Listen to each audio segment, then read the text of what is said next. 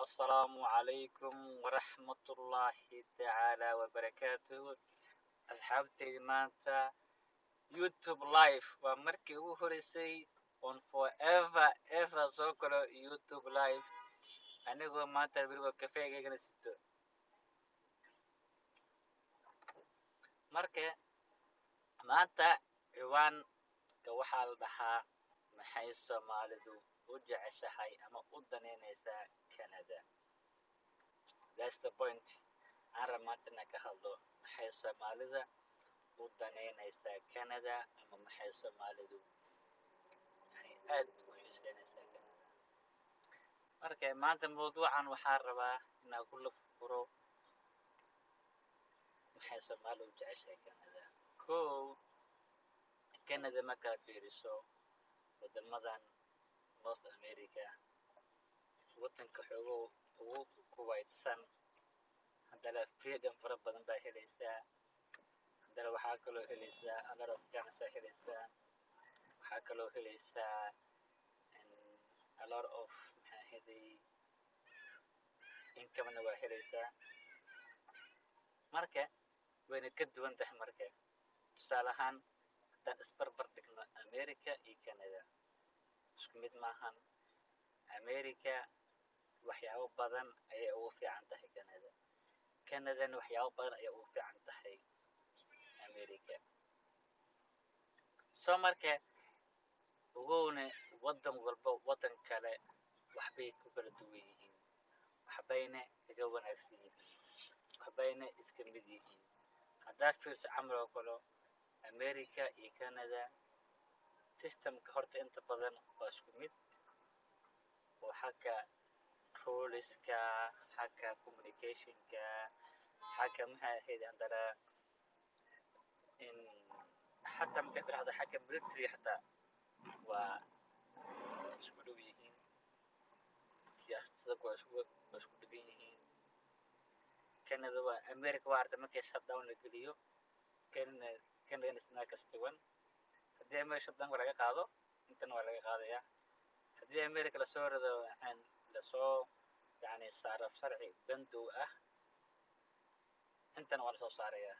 inta badan waa isku siyaasad ama isku dhaqan. haddana waxaa ka dhexeeya ganacsi qoto dheer. laakiin sababta waxaa weeyaan maxay Canada ugu wanaagsan tahay America. America hadda aniga idinla hadlayo America waxaa ka jiro takoor fara badan. haddaaba madow tahay sidaada waxa uu leeyahay marka waxa uu leeyahay ayuu America citizen baa uu leeyahay. ma garad sumaba qaarkood cadaanka qaarkood maba aaminsanawa in qofkani madowga ah uu American yahay. American ma aaminsanawa. waxay u haystaan inaad tahay soo galooti aan ahayn wax xuquuq ah ku lahayn America. madowgu ma wada xumaa, qaar ayaa fiican qaarna waa xun yihiin. sida cadaankaba qaar way fiican yihiin qaarna way xun yihiin. labadan garab ilaahay ma simin oo labadan garab way siman yihiin laakiin haddana ilaahay shantan far ilaa muslimna ka wadaa. far waa yar tahay, far waa gaaban tahay, far waa dheer tahay. soo marka sideedaba Soomaalidana waxay raadisaa wax kale ma ahan, waa un nacfi raadis. wax dhib raadinaya ma arkaysid. laakiin su-aasha jawaabta saxda waxay tahay nacfigu wuxuu gadaal ka jiraa mar walba waa dhib.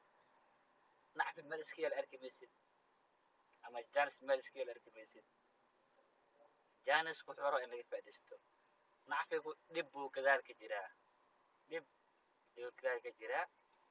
haddana way iska jirtaa wadankan waa wadan iska kuwayd ahoo laguma sii dabagelaayo. tusaale ahaan haddaad meel aad camal oo kale sas laguma sii dabagelaayo. telefonkaada lama dhageysanayo.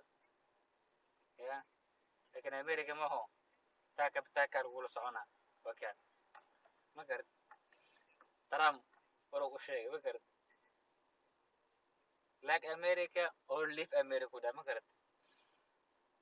marka cabaarna waan kala maqnayn intaa ka badan mar live inaan kusii jiro marka intaana ugu talagalay live-kayga asxaabteyda aan beryahan kala maqnayn waan idin xiisay waana maxay ahaydey isla socon doonaa hadduu ilaah yiraahdo next video waxaan rajeynaya inuu noqdo isbuucan marka dhexdiisa hadduu ilaah yiraahdo marka meel walba joogtaan si kastoo aad